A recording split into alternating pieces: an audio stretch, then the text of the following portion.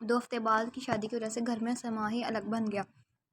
अफ़ीन ने सबसे बायकॉट कर लिया था। कबीर बस मुस्कुराकर पलट गया। वो अपनी खुशी का इज़हार इसी शख्स के सामने करना चाहता था जिसको वो पाने जा रहा था। जबकि दूसरी तरफ सलार ने सब कुछ अरेंज करने की ठान ली थी और आरिज़ भी इस बार इसके साथ था।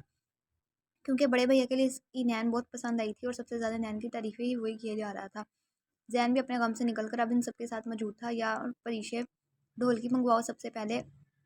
अमल ने कहा, लो जी सारी चुड़ैलें शुरू हो जाएंगी, गाना गाने सिर्फ सलार भैया गाएंगे। ज़ैन ने कहा तो अमल ने इसको नागवारी से इग्नोर कर दिया। अलबत्ता परीशे जान छोड़ देने वालों में से बिल्कुल नहीं थी। उठकर ज़ैन के 2 मुक्के रख दिए। सलार और आरिज़ दिल खोल कर हंसे।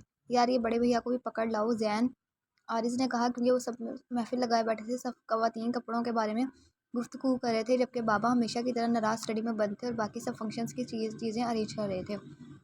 ना भाई कभी मुझे शूट ना कर दे, ज़ैन ने फ़ौरन इनकार कर दिया। यार जाओ बुला कर लाओ। सलार ने उसको धक्का दिया तो ज़ैन बुरा सा मुंह बनाता वहाँ से चला गया और कबीर के रूम का दरवाज़ा बजा। सब इसी को देख रहे थे जो बेहद डर रहा था। ये ही सलार का रूम होता तो वो अंदर कब का घुस चुका होता, मगर कबीर के रूम में एंट्री सबसे पहले दस्तक ज़रूर होती थी।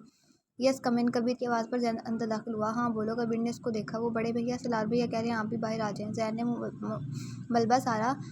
मलबा सलार पर डाला।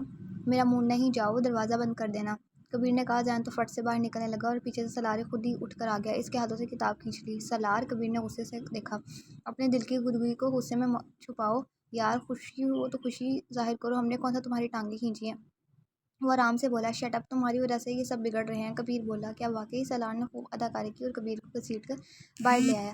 तभी अफान भी इस खबर सुनकर पहुंच गया था और कबीर को बीच में खड़ा करके फिर सब लड़कों ने भंगड़ा डाला इसके इर्द गिर्द, जबकि लड़कियों ने तालियां बजाना शुरू कर दी। यार इसको पहली बार इतना खुश देख रही थी आयत। इसने सलार के पाँव में टांग अड़ाकर एक पाँव से भंगड़ा डालना शुरू कर दिया जबकि गाना सलार गा रहा था और बिलाशबा इसकी आवाज़ बेहद ज़बरदस्त थी। इसी में अफनान और ज़ैन भी शामिल हो गए जबकि कबीर अपने ऊँचे भाइयों की हरकतों पर मुस्कुराहट दबा गया। सांस फूलने पर वो सब सोफे पर बैठ गए। पानी सलार ने आयत की तरफ देखा और वो जी जी करती उठ गई। ज़ैन, सबसे बुरा तुमने डाला है। प्रीशा ने कहा। मैं पैदाइशी भंगड़े डालने वाला हूँ क्या? ज़ैन ने मुंह बनाया जबकि सलार लंबे सांस भरता इसकी कमर पर मुक्का मार गया। जवान, होश में आ गए हो?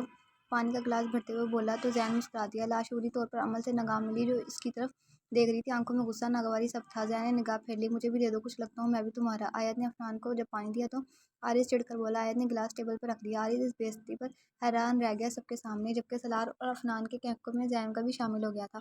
अलबत्ता कबीर मुस्कुरा रहा था। जियो मेरी बहनें, ऐसे ही छक्के मारती रहो। सलार ने दाद दी। जिस दिन विकेट उड़ गई ना, पता लग जाएगा। आरिज़ ने घूर कर जवाब दिया और 30 मार खान बकवास पेट में ही रख, इसके भाई बैठे हैं समझा। सलार ने घूर कर इसको देखा। मैंने तो कुछ नहीं कहा, आरिज़ ने साफ इनकार किया। वैसे कबीर, ये आयत की शॉपिंग आरिज़ को करानी चाहिए, राइट?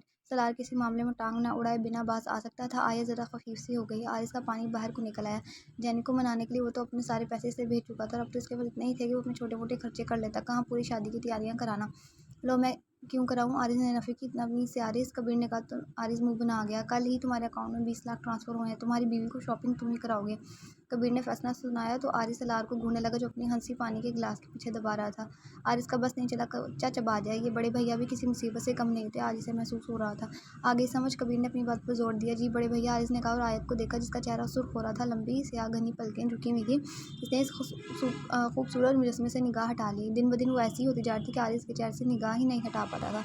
वो सब काफ़ी देर वहाँ बैठे बातें करते रहे और जब रात ज़्यादा हो गई तो मुर्तज़ा साहब को ही बाहर निकलकर सब पर बरसना पड़ा तो सब जल्दी अपने कमरों में भाग उठे। अगली सुबह से ही काम शुरू हो गए थे। कबीर ने मुर्तज़ा साहब को हर मुमकिन तरीके से मनाने की कोशिश की और वो ज़्यादा तो नहीं, कुछ कुछ तो मान ही गए और फ़िलहाल कबीर के लिए इतना ही बहुत था। कबीर और आरिस ऑफिस चले गए जबकि ज़ैन कॉलेज जाने के लिए तैयार था। तभी सलार नीचे आ गया। वो अपना नाइट ड्रेस में था जबकि मुर्तज़ा चले जाते तभी वो नीचे इस तरह उतरता था। कहाँ जा रहे हो? सलार आराम से चेयर घसीट कर बैठा।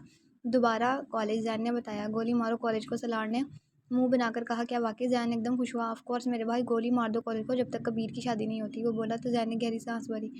और बड़े भैया, ज़ैन को इसी की फिक्र थी, इसे भी गोली मार दो, सलार ने हल्की आवाज़ में कहा और दोनों हंस पड़े। लड़कियों, तुम भी कॉलेज को खैर बात कह दो, आराम से शादी के बाद जाना। अमल और प्रीशा से भी कहा। सभी खुश हो गए जबकि मदीहा ने नफ़ी में सलाह ला दिया। कबीर से खुद निपटना फिर। वाई नॉट मॉम, फिलहाल काफ़ी को कब दे ताकि मैं होश में आऊँ। आरिज़ ने मैसेज किया था। बाबा ने मेरे लिए लिस्ट रेडी की है। वो मुंह बनाकर बोला तो मदीहा इसके लिए कॉफ़ी बनाने चली गई। लड़कियां अपने कपड़े डिसाइड करने लगी। ज़ैन, तुमने ले जाना है इनको। सलार ने कहा, मुझे नहीं जाना इनके साथ। अमल एकदम बोली, सबने हैरत से उसको देखा। क्यों बदतमीजी कर रही हो अमल? तंजीला ने घूरा। ज़ैन अलबत्ता गुस्से से काबू कर रहा था। अब ये लड़की ज़्यादा कर रही थी, जो उसने नहीं किया इसकी सज़ा देने की कोशिश की जा रही थी। अमल वहाँ से चली गई, जबकि सलार ने ज़ैन को देखा, जिसने शान ने अचका दी और दोबारा नाश्ते करने लगा।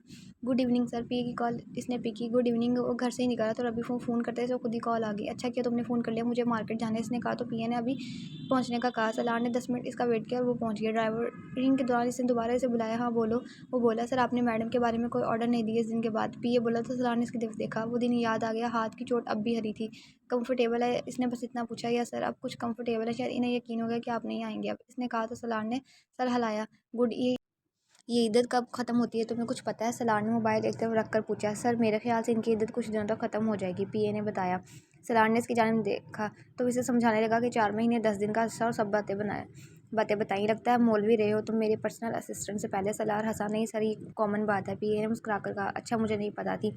खैर, जिस दिन ख़त्म हो जाए उस दिन इस बारे में बात करना। सर एक सवाल करूँ? पीए ने पूछा। तो सवाल जो दोबारा मोबाइल उठा चुका है मसरूफ से अंदाज में बोला। पूछो। इसने कहा। सर आप इद्दत ख़त्म होने के बाद क्या करेंगे? इसने कुछ झिझकते हुए पूछा। जायज़ तरीके से इज़्ज़त लूटनी है इसकी, सलार ने आम से लहजे में कहा, जबकि वो एकदम गाड़ी रोक गया।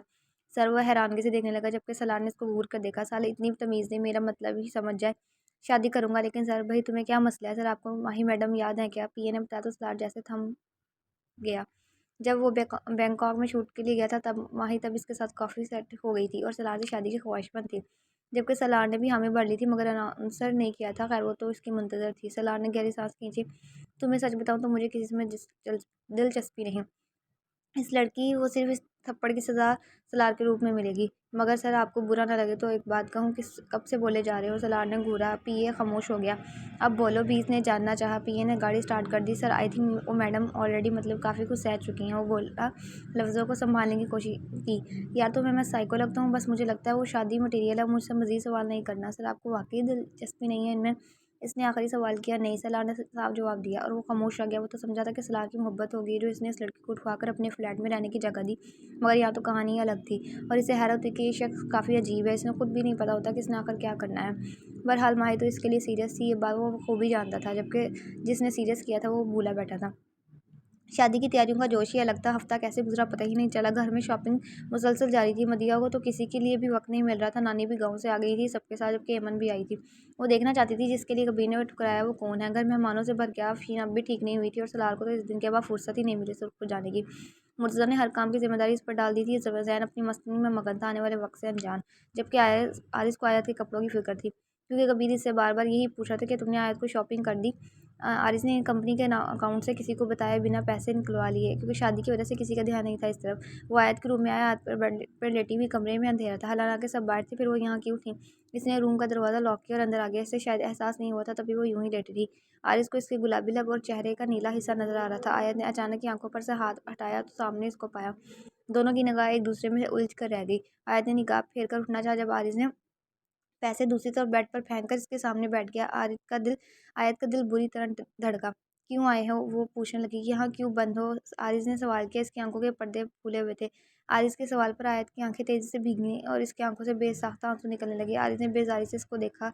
लाजमी वही मुर्गे की एक टांग जो वो कभी करेगा नहीं, इसका गम मनाया जा रहा था। मगर आयत ने आंसू साफ कर लिए इसके चेहरे पर बेजारी देखकर। मैं हैरान हूँ तुम्हारी डिटाई पर। आज ने एक आबरू अचका कर देखा। आयत को लगा इसका दम घुट जाएगा। इस शख्स की नफरत ख़त्म ही नहीं हो रही थी, दिन ब दिन अजीब हो रही थी। खुद ही इसके पास आता था और खुद ही तंज करता था। इसकी हालत में वो क्या कर सकती थी? मेरी उदासी और किसी भी गम का गारिज आपसे कोई ताल्लुक नहीं है। आयत ने कहा और चादर हटाकर उठने लगी। आयत को हंसी आ गई। क्या वाकई तुम इस कमरे में बंद ये नहीं सोच रही कि नानी ने तुम्हारी आंखों से और तुम्हारे वजूद से सब पहचान लिया? तो वो वही बात करने लगा जिसका खौफ इसे चैन नहीं लेने दे रहा था।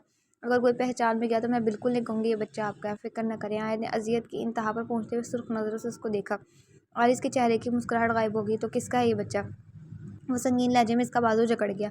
किसी का भी हो सकता है, मगर आरिस आपका नहीं है। आयत ने गुनाह किया और वो इससे छुपाती फिर रही है। कोई भी पहचान ले, मुझे परवाह नहीं।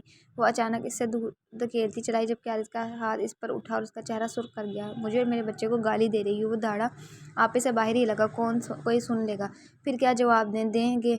वो सिसकने लगी। इतनी तकलीफें ना दे मुझे कि इसके निशानात छुपाने मुश्किल हो जाएं। अब इस थप्पड़ के निशान को कैसे छुपाऊंगी? वो जैसे खुद अजीती का शिकार लगी। आरिस के दिल पर लगी थी। आज पहली बार इसकी हरकत, ये बच्चा मेरा है, जायज़ है। वो मुझे परवाह नहीं ये बात खुलती है या नहीं। अच्छी बात है, मुझे भी परवाह नहीं। मैं कब से थप्पड़ के निशान को छुपाती हूँ बोली। ये सब क्या कर रही हो तुम? आरिस की बर्दाश्त से बाहर हुआ और उसने एक हाथ से सामान लेकर दूर उछाल दिया। दफ़ा हो जाए आप मेरे कमरे से, वरना बाहर निकाल कर आपका इतना तमाशा लगाऊंगी कि यहाँ सब मौजूद सब सोचेंगे क्या ये आयत है, वो भी बिना लिहाज के चलाई। तुम्हारी इस चोंच पर कदम रखने मुझे आते हैं आयत। इसने इसका मुंह जकड़ का और इसको दूर धकेल कर बाहर निकल गया। दर दर सीढ़ियाँ उतरता वो कई लोगों की नज़रों में आ गया। वो बेहद हैंडसम था। हैंडसम तो मदिया के चारों बेटे थे और ये बात तो सभी कहते थे। वो मम्मा के कमरे में पहुंचा तो वहाँ भी मेहमान थे, नानी भी थी। देखो लड़के को कैसे सुर्ख चेहरा लिए मुंह उठाए फिर रहा है। नानी ने झड़क दिया, मम्मा कुछ देर बात कर सकता हूँ?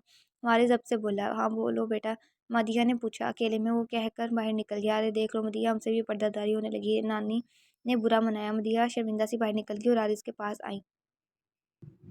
रुखसती चाहिए मुझे आयत की, वो भी कल ही, बड़े भैया की मेहंदी पर। वो बोला, जबड़े तने हुए थे, चेहरे पे पसीना सा था। क्या किया तुमने आयत के साथ? मदिया ने इसका इशारा पकड़ा।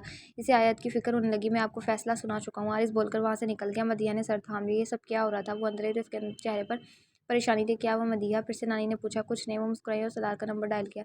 बेटे ज़रा ऊपर आओ। इन्होंने कार और फ़ोन बंद कर दिया।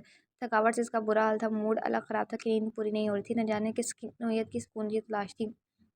सुर्ख आंखों और सुर्ख नाक से ये जो पता दे रही थी कि वो बीमार पड़ गया है। काम के बर्डन के बाद वो अंदर आया। जी मम्मा, इसने बिना किसी को देखे पूछा। तो अमन तो इसको देखती रह गई। कबीर तो शायद सोबर सा लगता था, मगर सलार क्या पर्सनैलिटी थी, वो वहीं होनक नज़रों से देखती रही। बड़ी बड़ी आंखों में बला की नागवारी थी हर चीज़ के लिए। बेटा नानी से सलाम नहीं किया? मदिया ने कहा। तो इसने नानी के आगे सर झुकाया, फिर मामे के आगे, और फिर एमन को एक निगाह देकर वो मदिया की तरफ मुतवज्जा हुआ। बाहर आओ ज़रा, मदिया मुस्कुरा कर बोली। सलार बाहर निकल गया, जबकि एमन के लवर पर इसको देखकर अजीब मुस्कान आ गई। अम्मी जी, कबीर ने तो मनमानी कर ली सलार की, लेमन की बात चला ले। मामी बोली तो नानी जो पान खा रही थी होश में आई। हाँ ये तुमने ठीक कहा है, मगर ज़रा ठहरे दिमाग का है। नानी बोली, क्योंकि सलार के बारे में वदिया से सुन चुकी थी। नानी क्या फ़र्क पड़ता है, मैं मैनेज कर लूँगी। एमन ने कहा। तो इन्होंने इसके सर पर प्यार किया। अगर तुझे पसंद है तो फिर कर लेती हूँ बात पक्की। इन्होंने कहा। तो एमन मुस्कुरा दिया, जबकि दूसरी तरफ मदिया ने सलार को सारी बात बता दी। मैं मुँह तोड़ दूंगा इसका, वो गिराया। आराम से बात करो सलार, और मैं भी यही चाहती थी कि आयत की रुखसती हो जाए, जितनी जल्दी हो इतना बेहतर। मदिया बोली, भाई ये कोयलों पर क्यों खड़े हो रहे हो? कबीर के बाद हो जाएगी रुखसती, ये कल ही करने की कैसी जिद है? सलार ने गुस्से से कहा। तुम्हें मैं कह रही हूँ सब संभालो, मैं ऐसे ही चाहती हूँ। मदिया आयत के ख्याल से ही कह रही थी। ठीक है, सलार ने कहा। नहीं बिगड़े तेवरों से वहाँ से गुजर गया। मुझे लगता है इसकी तबीयत ठीक नहीं है। मदिया बड़बड़ाती हुई अंदर आई। जा एमन, बच्चे को दूध में हल्दी दिया, सारी थकावट उतर जाएगी। नानी ने कहा। तो एमन जल्दी से उठी। अम्मी जी परीक्षे दे देगी? मदिया बोली। चुप रह बस। इन्होंने कहा तो वो चुप हो गई। जबकि एमन ने सलार को ऊपर जाते देखा तो मुस्कुराकर किचन में आ गई। दूध और हल्दी बनाकर वो ऊपर जाने लगी। ऊपर का पोर्शन बेहद हसीन था, यूनिक चीज़ें, महंगी तर्ज का, वो सुकूनदेह जगह थी। एमन अंदर आ गई। सलार ऊंधा बिस्तर पर लेटा था। एमन जरा सा खांसी। सलार झटका खाकर मुड़ा। एमन को देखकर पल भर के लिए हैरान हुआ। आप यहाँ? इसने कहा। आप थक गए हैं, ये दूध हल्दी के लिए ठीक हो जाएंगे। एमन बोली। तो सलार ने गहरी सांस भरी। मैं ये सब नहीं लेता। इसने कहा। उसके जाने का इंतजार करने लगा। फिर आपके शाने दबा दूँ? नानी कहती है थकावट उतर जाएगी। नानी ने यह नहीं बताया किसी और आवारा लड़के के कमरे में जाकर इसे दावत नहीं देनी चाहिए। सलार ने घूरा। एमन हंस दी, दुपट्टे को मजीद गर्दन से चिपका लिया। इसे समझ आ गई थी कि कबीर एमन से शादी पर कभी क्यों नहीं राज़ी हुआ। नानी तो बहुत कुछ बताती हैं, बताएं आपकी खिदमत कैसे करूं? रहना दो ले ली मैंने तुम्हारी खिदमत, तो बाकी कुछ पीछे नहीं रहेगा तुम्हारे पास। सलार उठ गया कि वो शायद वो उठकर चली जाए। रुक गए तो एमन इसके पीछे आई। यार जाओ तुम, मेरा दिमाग ख़राब मत करो। सलार ने इसको दूर धकेला, जबकि एमन को कोई खास फ़र्क नहीं पड़ा। मैं मम्मा को बुला लूँगा। क्यों डर गए? एक आवारा लड़का लड़की से डर गया। एमन बोली। तो सलार ने गुस्से से उसके बाल जकड़ लिए। इससे पहले वो वाकई इसकी ख्वाहिश पूरी कर देता, इसे जस्ट टाइम पास समझकर दिमाग में जमल का चेहरा उतर आया। वो एकदम झटका लगाकर इसे दूर हुआ। पेशानी पे पसीना उतर आया। वो समझ नहीं सका इसका चेहरा क्यों जैन की स्क्रीन पर आया, और वो ऐसे क्यों दूर हुआ। जबकि एमन को इसकी माँ ने पुकार लिया, मगर वो तो सलार पर मर ही मिटी थी। अजीब जंगली सा आदमी था और इसे हर कीमत पर सलार ही चाहिए था।